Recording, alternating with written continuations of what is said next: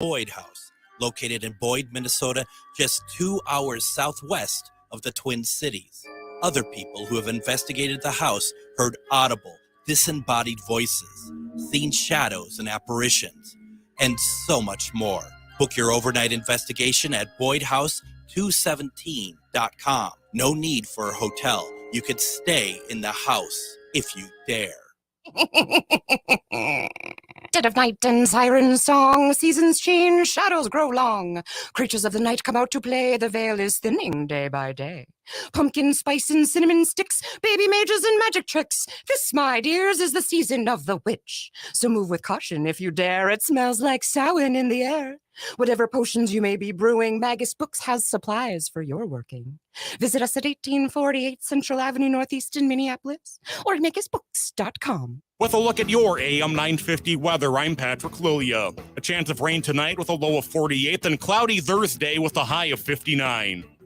Keep listening to the Matt McNeil Show from 3 to 5 this week for your chance to win a Stephanie Miller Sexy Liberal Comedy Tour pay-per-view pass for her show this Saturday night. Keep listening to the Matt McNeil Show for your chance to win, or go to sexyliberal.com to purchase your pay-per-view pass.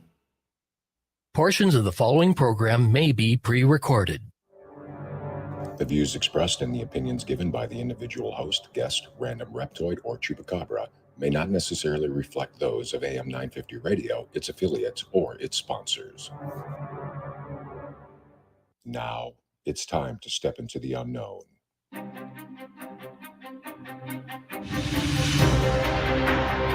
There are things people experience but never talk about. A shadow moving in the corner, flickering of the lights, a disembodied voice. We invite you to talk with us. Share your story, share your experience, because this isn't just your story. This is our story. This is GhostBox Radio with Greg Bakun.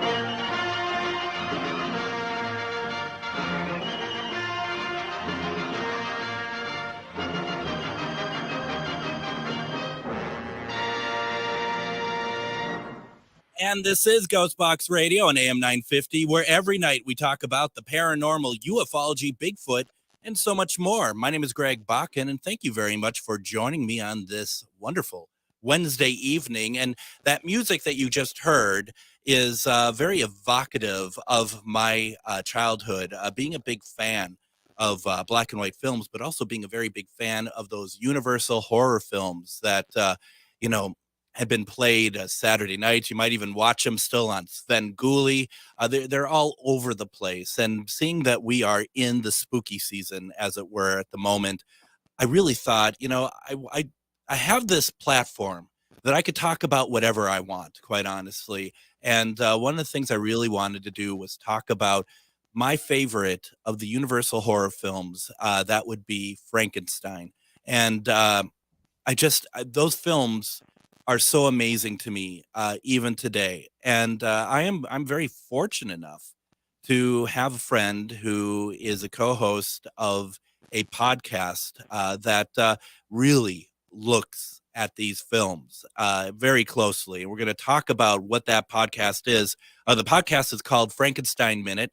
And my guest tonight, Bill Evenson, he's co-host of it. I've known Bill for a very long time. We have a lot of other things that interests that we share in common. And this is, I think, a perfect opportunity to talk about these films. Bill, welcome to GhostBox Radio. Well, thanks, Greg. It's a pleasure to be here. So,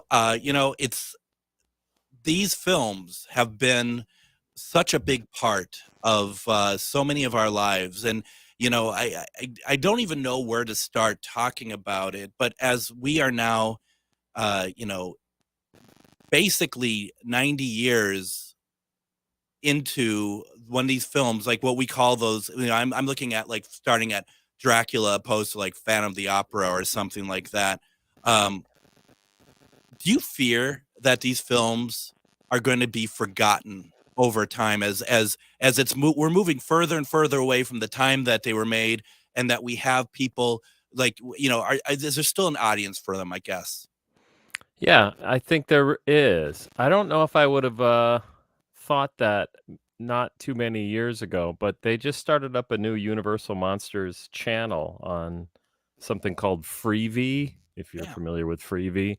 yeah, Um, and so I think it's just one of those things it's like everything gets to have its own channel now, right? that's true. There's a Three's Company channel, that kind of stuff. So yeah, these movies are always going to be around, and you know, at least a couple of the Frankenstein series are considered classics of cinema. So Yeah. they won't go away because they're showing them at the movie theater this week. Every October, some local theater is showing Frankenstein, Bride of Frankenstein, Dracula, that kind of thing. So yeah, How often do you watch the films? I mean, you have to watch them probably more often than I would expect. yeah. It's interesting that you say that because I've tried to watch them in preparation for this because I haven't actually sat down and watched them. You know how it is when something becomes because I started podcasting about it. Yeah. I've reached this point that I just kind of watch them when I need to talk about them, and it's kind of a shame because I can have these movies on in a loop. I can just load up the Frankenstein series in my media player and just run them all day long. They're like background noise, Yeah. they're a part of me. So I've seen them, I don't know, dozens of times. You could probably cite them, like you can do the dialogue along with the film, I'm sure. Yeah, that's true. That's true. That can get a little scary. Now, what film? I'm going to do a quote, okay? What Okay. film which of the Frankenstein films is this from? Okay. Hmm. Oh, that's the first one.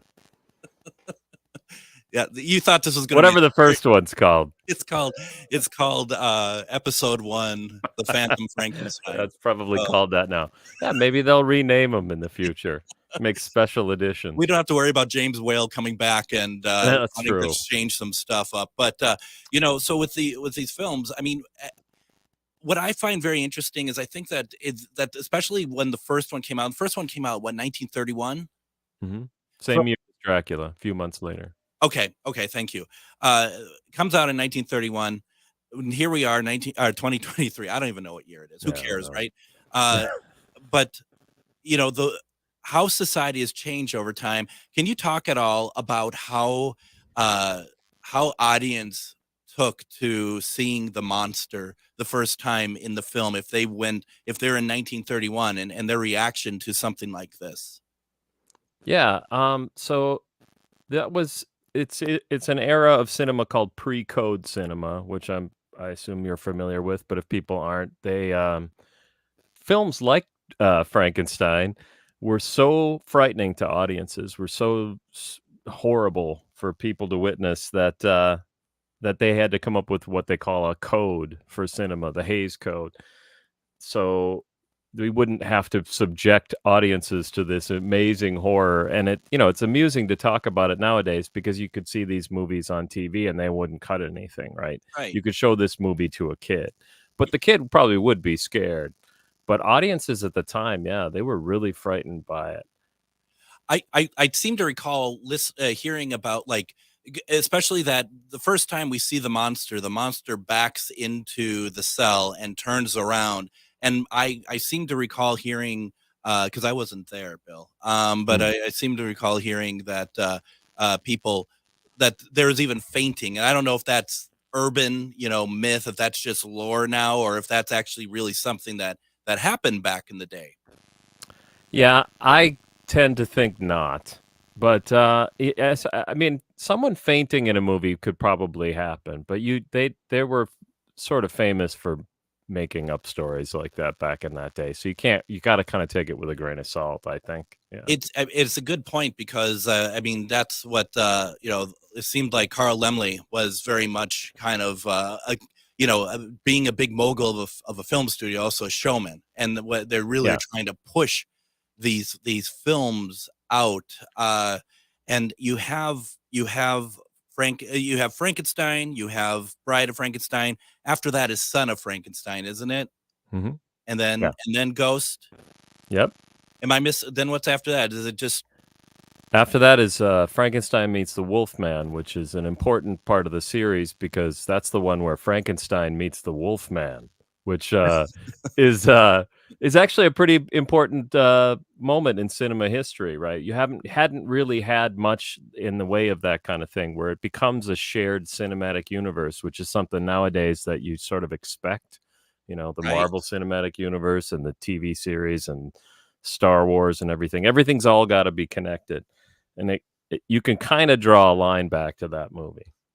And even speaking about the films in general, having a series of films, and I do want to get back to Frankenstein meets Werewolf. Frankenstein was in that Frankenstein meets Werewolf. Was it? Because I get them all confused. That's Glenn Strange that plays it in, or is it Bela? By then, right. It's That Bela one's in that. Bela. Yeah. Who it's interesting about Bela because back at the beginning, right? This is where you answer, Bill. Yes, right. This is a radio interview, Bill. At the beginning, he was Dracula. Is that the beginning you're He talking was also about? supposed to be Frankenstein's monster. Oh, that's true. That's a good point. Yeah, he had he felt that he was such a success as Dracula that he turned down the role of Frankenstein. Or I'm sorry, of Frankenstein's monster. I'm as a guy who talks about these movies as much as I do, you'd think I wouldn't make that mistake. But I mean that is kind of like the most simplest mistake of all to make about the Frankenstein franchise. Really is. Well, and you got me who doesn't really. You're gonna find I'm gonna hit the wrong buttons throughout the whole show. We're in good company. We call this amateur AM. So yeah. Okay. But even that story, with the passage of time, some people think that story is something that's just how Bela liked to tell it. But we do know that he did do a screen test for the monster, and he didn't play the monster until Frankenstein meets the Wolfman, which is a real not a high point for the actors playing that role. Yeah. No offense to Bela, he's magnificent. His greatest performance is in one of these films. It's in Son of Frankenstein. It's hands down his best role as Igor. But as the monster, it doesn't really work. I mean, did you think that the Universal Studios? Do you think that they ran Bela through the machine? They really ran him through it, and it really was very detrimental to his career. Ultimately, I mean, it just seems like that. From an outsider point of view, it seemed like they kind of held him, and it just didn't really feel like that from a great start with Dracula. That they were kind of either in control or just not giving him a lot of great roles. So some of that. Yeah, I do agree with that. Some of that is down to Bela himself because he right after Dracula and probably before to some extent, he was taking on any role that he could. So that's why when you can see these kind of crappy movies that the only thing that really makes the movie worth watching is that Bela's in it, Yeah. So by the time you get to the late 30s, early 40s, he's just really happy to have a job, Truly. So yeah, it's a pretty tragic tale about Bela because, well, the other part is you kind of forget people like Bela Lugosi and Boris Karloff were like 40 years old when Dracula and Frankenstein came around. So Bela had a long history as an actor by that point. So, this is kind of the tail end of his career. Yeah, I mean, and that's it. And it's funny that you say when we're talking about whether or not the story of whether or not Bela was offered the role to play the monster for Frankenstein first. I mean, you're right. I could see it like happening. They do the screen test, and maybe the studio decides he's not right for this role. But Bela is not going to be one to say it that way. He's not going to tell it that way. He wants to let everyone know that he is. To let everyone know that I turned it down. This was my decision, not theirs. Yeah, he even went so far as to say that he told them to hire Boris Karloff, who was an unknown actor at that time. So it seems a little unlikely. But there's a lot of stories like that. The other story is that James Whale, the director, found Boris Karloff in the canteen at Universal, which also seems somewhat unlikely. It's just it's hard to kind of pick out at this late date, I guess, what's real and what isn't sometimes. It is. And I mean, in a sense, I mean, even though we want the answers and whatever, I mean, that's kind of the beauty of Hollywood in a sense. Yeah. You know, it's like the story within the story that's wrapped outside of the film. Apparently, outside of here, you're considered a god. I mean, that's a line that James Whale cut from the film. That's true. Which is odd, you know, that you would bring that up. Yep. But that must be nice. I don't get that on the show at all. You don't get that? No, I get a lot of Sorry. hate mail mainly. It starts with Greg Bakun is a god, but that's not where it ends. It's not where it's more like he is a god. Remember, we warned you. We warned you. Yeah, but the thing is, it's like my radio career kind of parallels the monster because there's always riots outside the station waiting for me to leave. Yep, I got my pitchforks and my torches, and I'll be there in a few minutes. They're kind enough to wait for me to get into the car, though. They're not unruly. They're just it's Minnesota nice. It's a Minnesota mob. Oh gosh, boy, a ruly mob. Not unruly, but in fact, a ruly, polite. Yeah. They have hot dish for me. So, yeah. You know, why don't we go ahead and do this as we're getting started? And there's a lot more to talk about here. Let's go ahead. Let's take our first break. When we come back, we're going to talk about Frankenstein Minute. We're going to be talking a lot about these films. If you have any questions, put them into the comments section. You're listening to GhostBox Radio on AM 950.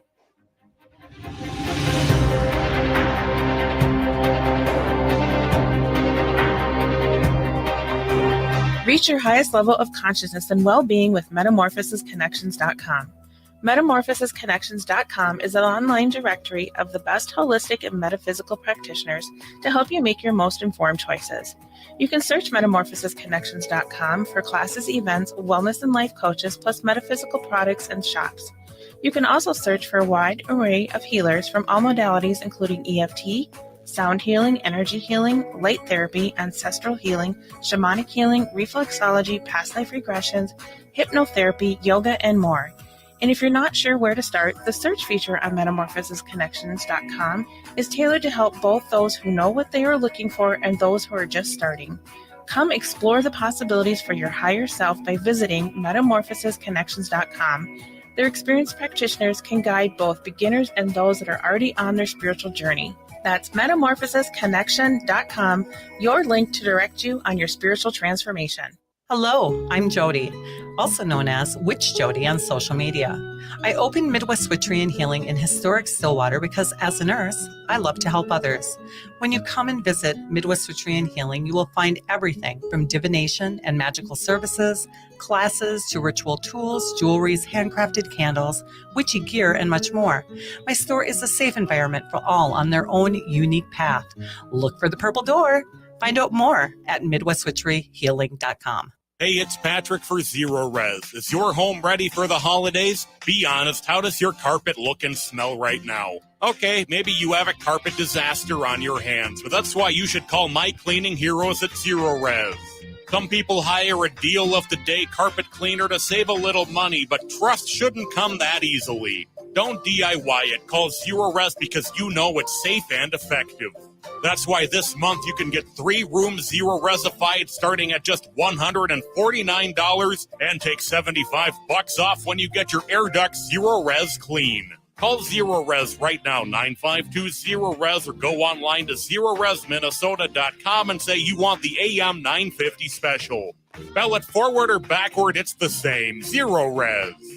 Refresh, restore, and protect your investment. Call Zero Res to clean your business the right way so your floors and surfaces stay cleaner longer without the harmful chemicals the other guys use.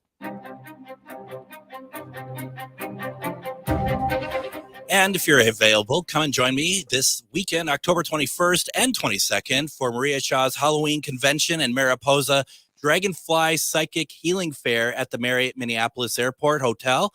I will be doing a presentation with Char Savoy that you may have heard on such programs as this one. And we are going to be talking about Halloween. We're going to be talking about some of the cool haunted places in Minnesota, and also going to be playing some spirit responses from there as well. It's going to be a lot of fun. So definitely, if you're able to, come out this weekend, check it out. You can buy tickets at the door. It's $10 to get in. There's a lot of free classes, a lot of great vendors. So definitely, please check it out. As part of the spooky season, I brought on one of my spooky friends, Bill Evenson, as we're talking about Frankenstein, the Universal films, generally what we're talking about here. If anyone has any questions, please put them into the comments. Felicity has a question, which is tying into what I wanted to talk about to start things off. And Bill, why don't you just tell us a little bit about Frankenstein Minute? Now, I think on all of my promo stuff, I'd been calling it the Frankenstein Minute, and that's kind of like calling Facebook the Facebook, isn't it? Not quite right. I suppose that's true. Yeah, I don't have a problem with it.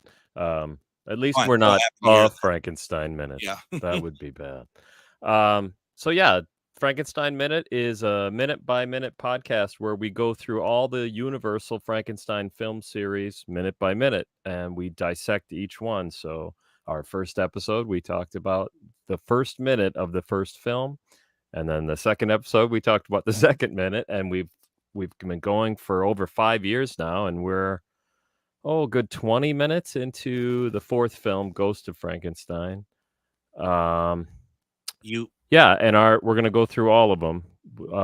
There's 8 films in the series. Depending on who you talk to, there are some others that might get slotted in here or there, but it's generally that block of 8 that we're going to go through minute by minute. It's supposed to take about 11 years.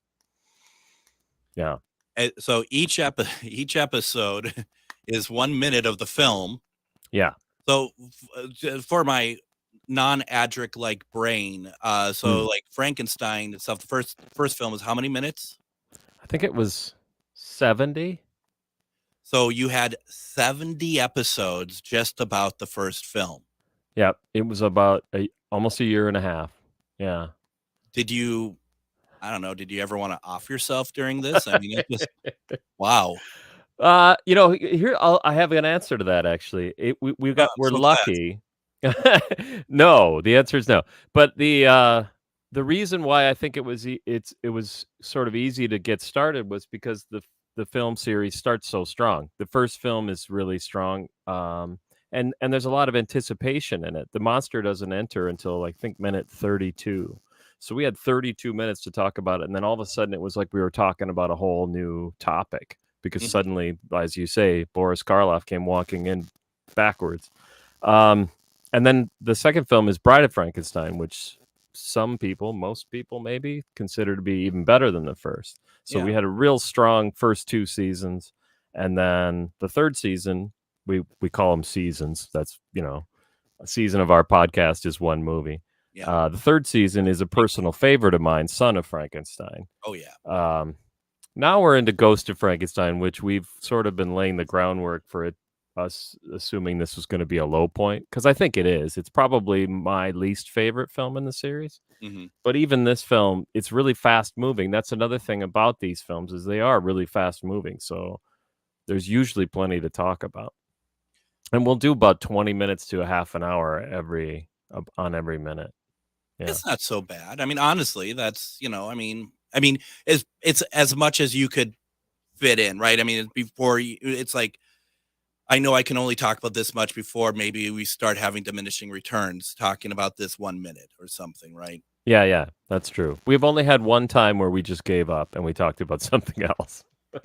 I mean, that's not bad considering. I mean, it's a very it's a lofty goal. Not a lofty goal. It's a weighty goal. It's I commend you. That's a very that's a lot. But you have people who love it, right? Oh, absolutely. Yeah, we've got our fans. You saw Doc Ivan posted his comment on there. Yeah. He's been around for a while. Good. What's that? Yeah, that's what he says. God. Yeah. You've won awards, right? No, we're nominated every year for the Rondo Award, but every year up until this year, that award was won by Gilbert Gottfried because the late Gilbert Gottfried did a podcast that the Monster Kids would vote for, and he even had us on once. We were honored to be on Gilbert's podcast once, an award-winning podcast. Yeah. But yeah, no, we're just the also rans. Never, always a bridesmaid, never a bride so far. Never a bride of Frankenstein. Exactly. So where can we find your podcast? Okay. Everywhere that you find podcasts, I think is how people usually answer that. But we are on YouTube, although we've already had 2 strikes because I've made jokes that were apparently not found to be funny by the people at YouTube. Were you talking about any pandemics? Because that also struck as well. Is that right? Yeah. Well, actually, I was talking about election interference. I hesitate to talk about it because I've been blocked off YouTube for it. I don't want to be blocked. Yeah. Yeah. Let's just leave it alone. All right. Let's just say that you have been blocked in YouTube for whatever. So yeah. I mean, it's funny because even just saying it probably is enough, quite frankly. But that's all right. That's all right. I think we're off the air. Yeah, I mean, you've ruined my show. You've ruined my career. I appreciate it. Last time I have you on anything. But yeah, that's great. So anywhere you get podcasts, and you drop episodes, how often? Every Friday, Frankenstein Friday. Is that an official name? Actually, Frankenstein Friday is already a thing amongst monster fans. So if you go on social media and look up Frankenstein Friday, you'll see people posting pictures of Frankenstein Friday. It's a pretty common thing, more common than Wolfman Wednesday, for example. Have you ever thought of how like Doctor Who fans are called Whovians, Star Trek or Trekkers? Maybe Frankenstein fans are flat tops. Huh? That's perfect. That's exactly what I was thinking. Actually, I think they're generally called Monster Kids, which comes from when they started showing the films on TV in a package called Shock Theater in the 50s and 60s. And so people that were kids then call themselves Monster Kids. I'm a little bit younger than that, and I didn't really become a monster kid until I was in my late 20s. But that's what we're called. We're called Monster Kids. Is that when you started to get into the films then? Was in your late 20s? You weren't like a child that was like fascinated by them? Somewhat. Bela Lugosi was a very scary person to me as a little kid. He lived under my bed, which didn't help. I don't know why my parents put up with that, but was he doing heroin under there too? Or? Yeah, you might have had. I mean, what else would he be doing under there? But no, he was a very scary guy to me as a kid, and it wasn't until I went to a video store by my house in the 90s and saw a used VHS of Son of Frankenstein that I really became a monster fan. All of those words won't mean anything to anybody nowadays. Video store, VHS, this is all very old stuff. Right. Because you're assuming my audience is a bunch of like 10 to 16-year-old kids, right? I suppose. I guess I don't know. I don't know what your demographics are like. Makes 2 of us. Felicity, your PR person, Felicity says, don't forget to mention your Facebook group page because clearly you don't know how to promote yourself. That's right. We've even gotten so far as that we now have a Facebook group page. It's called the Frankenstein Minute Village. And you can go there, and we post our, a graphic and a link to our episodes every Friday. And then I usually just post stuff, news stories, whatever. And anybody can post any kind of thing about the latest Frankenstein news or really any Universal monster news. There's always something going on. Very cool. Very cool. Is this a new page? I don't remember the page. No, actually, I think I started it before we even started the podcast. I never even knew about that. No. Oh, yeah. Oh, interesting. Are you on any other podcasts, Bill? Right now, Are we gonna? Do we have an announcement or? No, there's no announcement. It's just I mean, it's not. I think talking about us doing more of our podcast is I don't think deserves the moniker of announcement. That gives it a too grand of a. It's more of filling time before the next commercial break is how I really look at it. Actually, what you're talking about is the Others podcast, which was and is and might be a Doctor Who podcast that we did together, and I'm really fond of it. I think it was a great podcast. Yeah, I'm on a few other Doctor Who podcasts from time to time as a guest, but yeah.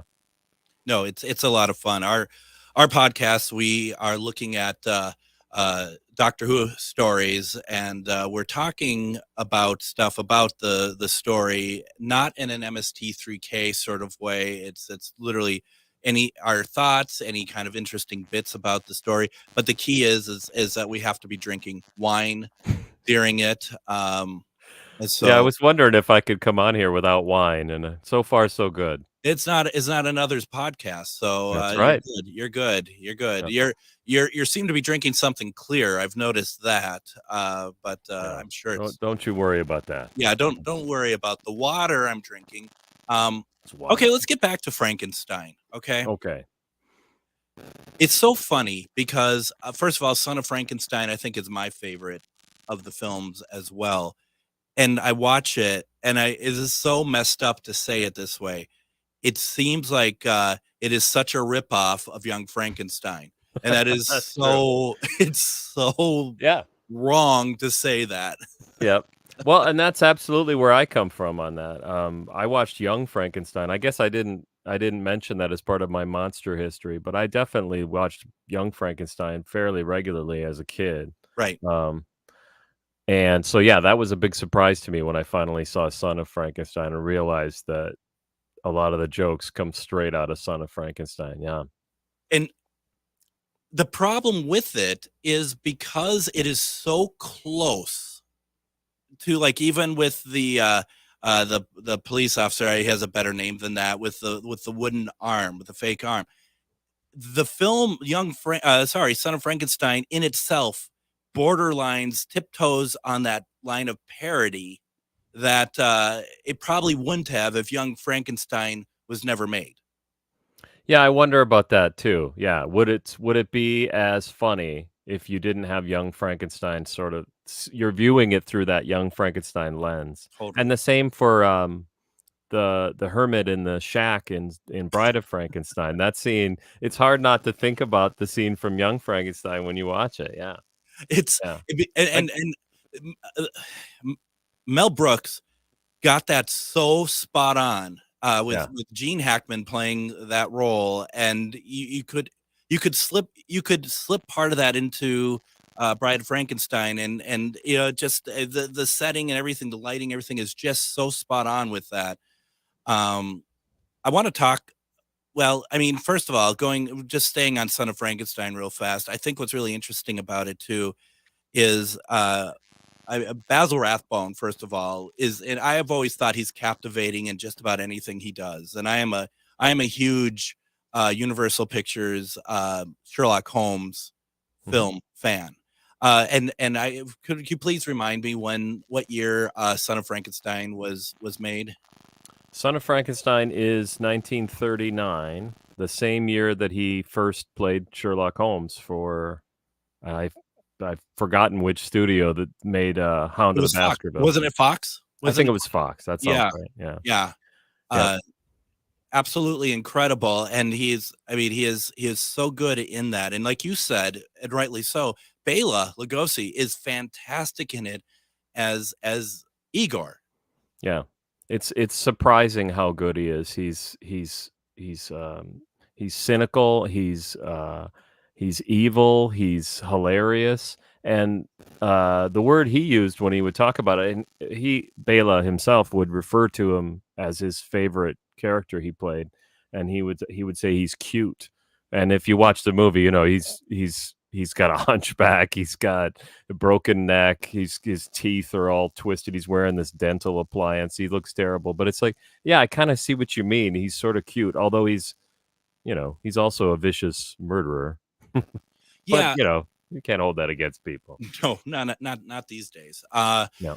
I think there is something about that, because when you say cute, it's like he's kind of playing it cute in a sense, because he knows. Yeah.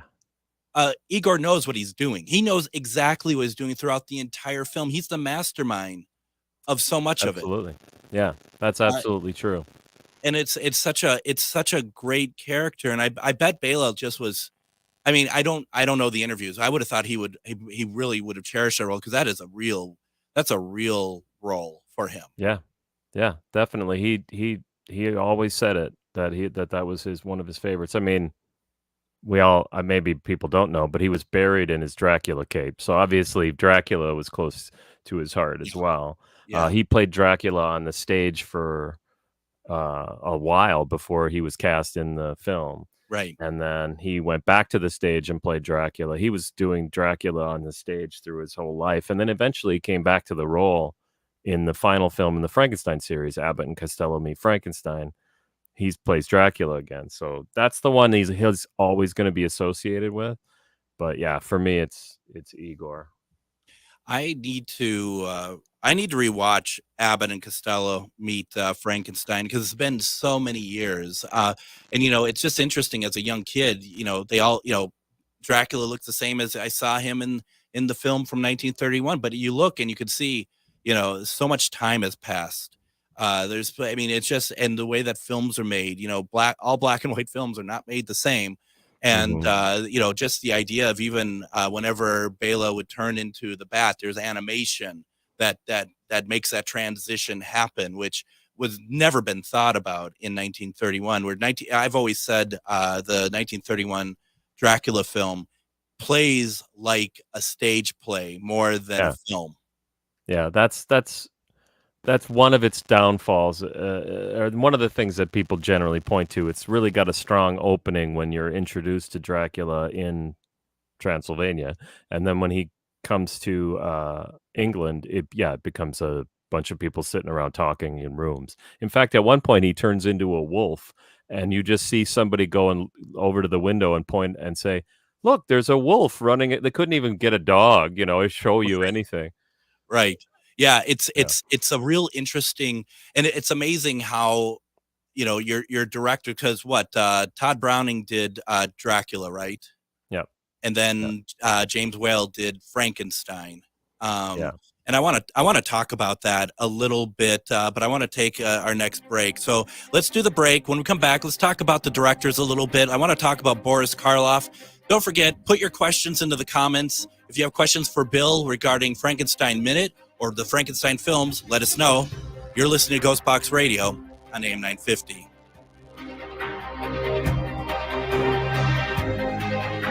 Hello, I'm Jody, also known as Witch Jody on social media. I open Midwest Witchery and Healing in historic Stillwater because as a nurse, I love to help others. When you come and visit Midwest Witchery and Healing, you will find everything from divination and magical services, classes to ritual tools, jewelries, handcrafted candles, witchy gear, and much more. My store is a safe environment for all on their own unique path. Look for the purple door. Find out more at MidwestWitcheryHealing.com. If you own a holistic or metaphysical business and are looking to expand, then you need to be listed on MetamorphosisConnections.com. It's a network where you can grow with like-minded practitioners and reach new clients. MetamorphosisConnections.com is an online directory you need to list yourself and your business. Our platform makes it easy for you to create listings of your products and services, and you can also choose to list your classes, events, and so much more. MetamorphosisConnections.com helps you create weekly and monthly promotional ads targeted towards your potential clients and promotes them for you via social media and newsletter. There are clients searching for your specialty right now. Let us help them find you. Start your listing today so you can share your own unique gifts and talents by finding the level of membership that best fits your needs. Let us help you reach your clients that are searching for what you do. Visit MetamorphosisConnections.com and sign up today. This Halloween. visit and investigate one of the most haunted houses in Minnesota, the Boyd House, located in Boyd, Minnesota, just 2 hours southwest of the Twin Cities. Other people who have investigated the house heard audible, disembodied voices, seen shadows and apparitions, and so much more. Book your overnight investigation at BoydHouse217.com. No need for a hotel. You could stay in the house if you dare.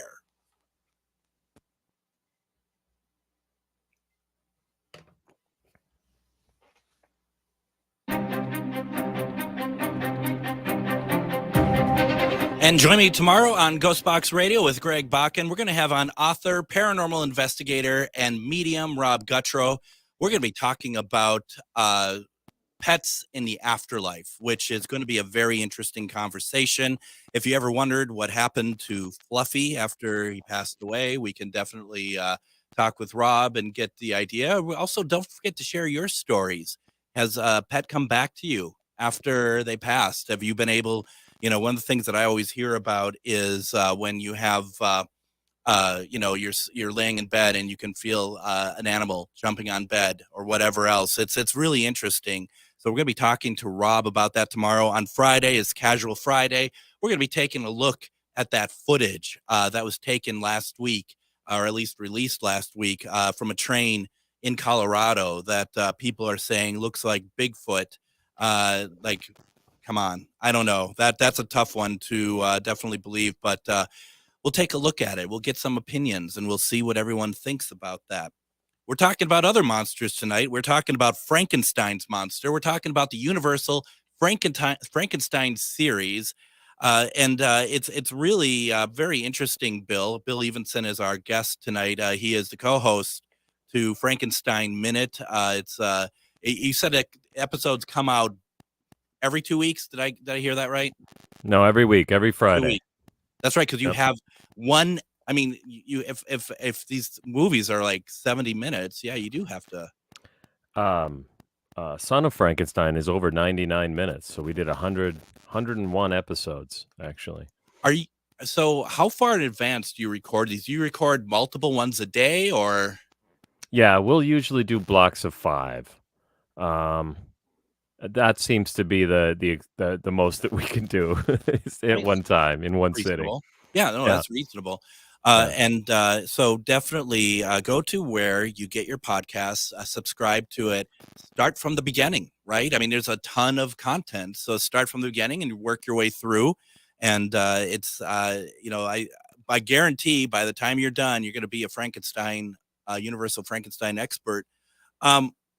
Now, first of all, I got the 4K Universal Monster set, and I have yet to watch it. I bet Frankenstein they all probably look really good, don't they? Yeah, I think they really do look good in 4K. Some look better than others. There's only so much you can do, but yeah, the 4K upgrade I think is worth it in this case. Yeah. Well, and it wasn't until and correct me if I'm wrong, when I'll just ask you because you'll know, when was that Colin Clive? What's his name? Colin Clive? Yeah. Is that his name, or is you're just now making fun? No, Colin Clive is I'm trying to remember the actor. He plays a guy named Frankenstein. Yeah, I've heard of him.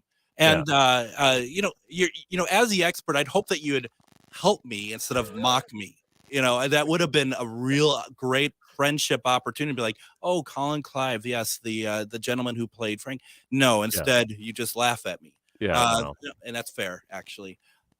That line that was cut from the original film about puts me up, with the gods or whatever. When was that reinstated into the film? Oh boy, that's a good question, because I think it was in the 80s. Oh, that long ago. I guess I thought. Yeah, but there is a VHS release before the DVD release that had it reinstated. Yeah.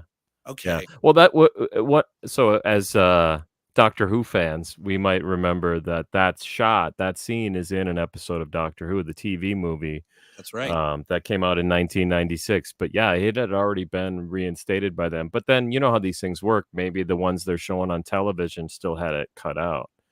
And the line is, if I could say it now without getting cut, I don't know. Because Henry's freaking out. He's yelling, "It's alive," and all that stuff. And somebody says, Henry, in the name of God. And he says, in the name of God, now I know what it feels like to be God. But Right. yeah, they just kind of cut it. Very controversial for back in the day. That's true. Well, yeah, and they cut another bit, which was he's playing with little Maria. They're throwing their flowers in the pond, and then they run out of flowers, and she says, "What? Oh, I guess we're all out of flowers." So he picks her up and throws her in the pond innocently, without malice or anything. And it was deemed to be too controversial, so they cut out him throwing her in the pond, but only showed him coming towards her, which is actually more menacing. So then when you see her later and you just see her corpse as her father's carrying her through the town, she's covered in mud, but it's black and white, so for all you know, she's covered in blood. You don't even know what happened to her. It's really Yeah, that's it's really interesting. And Boris Karloff himself, Boris, I mean, he's an actor. That's what he came from the UK for, is to be an actor in the US, and he's this monster. But he really wanted to play it in a way that gave this creature a lot of emotion, a lot of pathos. And once James Whale only did the first two films, right? Right. I mean, was that pretty much? You think if James Whale would have continued to do films, which is impossible, really, do you think that Boris Karloff might have stayed? I mean, because I think that they were on the same page, weren't they, of what the point of the purpose of the Frankenstein monster was? See, even again, that's a really good question, because the other side of that is, you hear a lot of stories about the mistreatment of Boris Karloff on the first film. The way that the stories are generally told is that Whale was in some way jealous of the attention that Karloff was getting, which I don't know if I really quite understand that. But the treatment that he went through on that film, having to wear these boots and carrying Colin Clive around and up the stairs and different things, it was that kind of treatment that actually led to Boris Karloff being one of the founders of the Screen Actors Guild. And I think it's the second round of people that joined the Screen Actors Guild has Bela Lugosi as well. So they were both really early adopters of that. So I do think that, because I do agree with you that he probably would have been a boon to the series to have Whale come back and work with Karloff again, because they worked again in Bride of Frankenstein, and that's considered by many to be the highlight of the whole kit and caboodle. And I mean, it was Boris Karloff was great in Son of Frankenstein, but this character, which we all felt we could understand, we felt sorry for, suddenly his starts becoming just a monster being manipulated by everybody else. Yep. Yeah, that's his role in Son. He's got a couple of moments that are pretty great. There's the scene in where he looks at himself in the mirror, and when he's with Basil Rathbone, and then there's the scene, of course, when Igor is killed, and there's he's really got it. He's really got that role. It's really he maybe it's obvious, but he nails it. Whereas then as the series goes on, it's kind of funny that I do a podcast called Frankenstein Minute, where we do the Universal Frankenstein film series. Never heard of it. It becomes less and less Frankenstein. Right.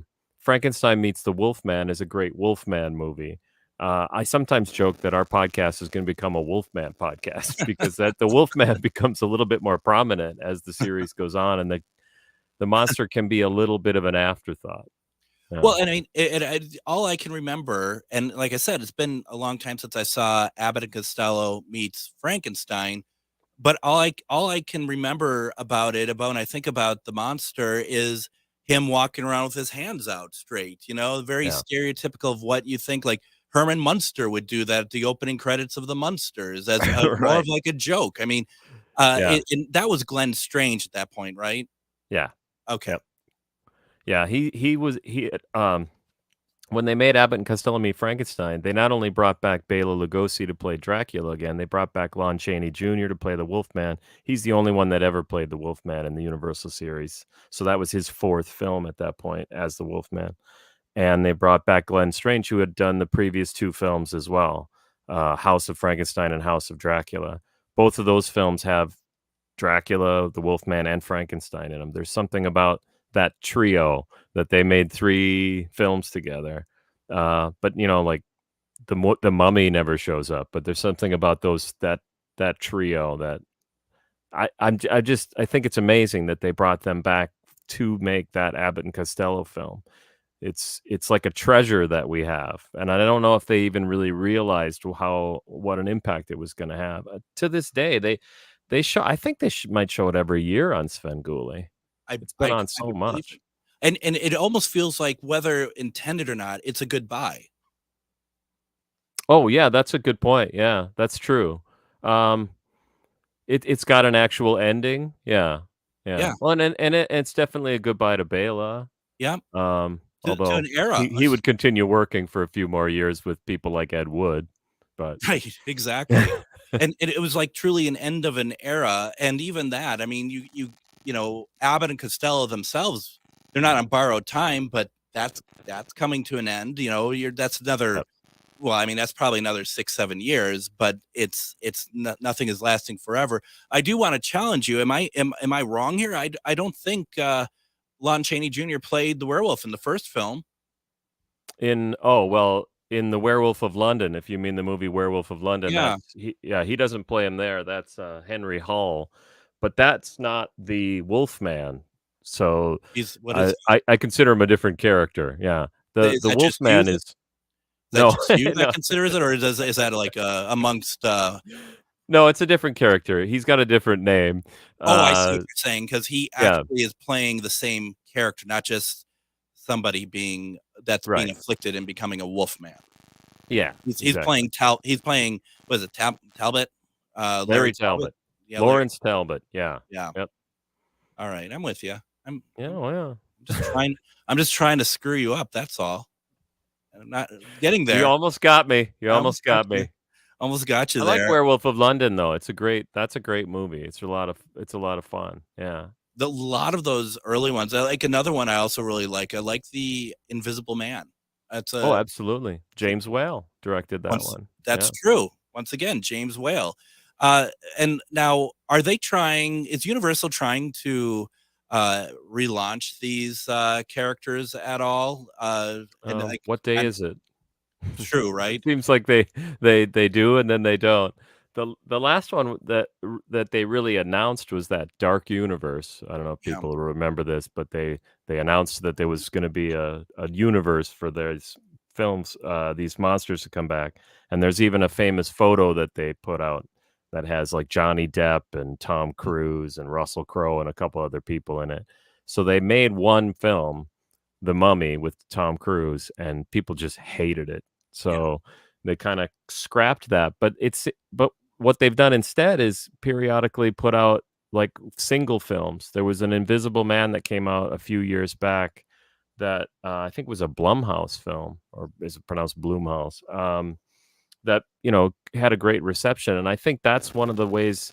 I still think they can make the monster universe work, but what they keep trying, when they do try to do it with the Mummy, like we talked about, and then Van Helsing was another one, is they make them these big action films, and I don't think it translates the way they're trying to do it. But then the latest thing is Guillermo del Toro seems to be actually making a Frankenstein film. They had a casting. Right. They casted Christoph Waltz to be in it, so it's like, okay, this is going to be a real thing, and that could be a In my opinion, it could be a franchise, but I might be biased. Well, and I think you bring up a really good point. We just have about a minute left, and you bring up a really good point because monster films, like if you look at where the stories come from, they're meant to scare, they're meant to frighten, but they also are meant for you to think. There's lessons to be learned about these monsters and why they are what they are, and we as humanity can learn from them. And I think you're right. That's a big part that's often missing, it feels like, from these films. Yep. And that's Frankenstein in a nutshell, right? All the way back to Mary Shelley writing it in 1818. The monster is definitely, you definitely connect emotionally with the monster.